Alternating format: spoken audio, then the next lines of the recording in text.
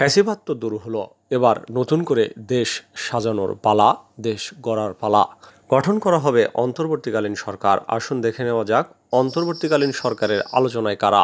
প্রধানমন্ত্রী শেখ হাসিনার পদত্যাগের পর দেশের ক্ষমতা বুঝে নিয়েছেন সেনা প্রধান জেনারেল ওয়াকার উজ্জামান। সোমবার বিকাল 4টায় জাতির উদ্দেশ্যে দেওয়া ভাষণে তিনি এই তথ্য জানান। সেনাপ্রধান বলেন, রাষ্ট্রপতির সঙ্গে আলোচনা করে অন্তর্বর্তীকালীন সরকারের রূপরেখা দেওয়া হবে। তবে এই মুহূর্তে আমি সমস্ত দায়িত্ব নিচ্ছি, একই সঙ্গে শিক্ষার্থী সহ দেশবাসীর সহযোগিতা চাই। সেনাপ্রধানের ভাষণের পর অন্তর্বর্তীকালীন সরকারের দায়িত্ব কে নেবেন এমন প্রশ্ন এখন ঘুরপাক খাচ্ছে।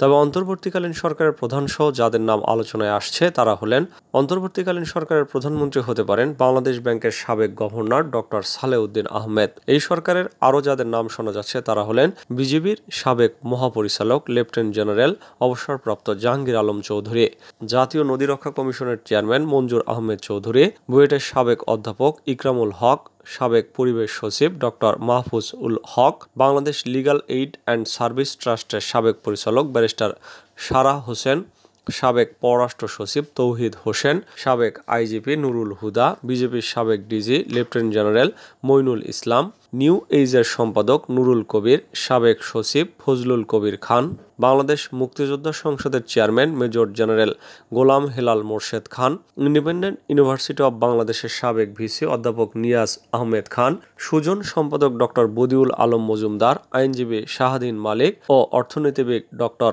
আহসান এইস মনসুর।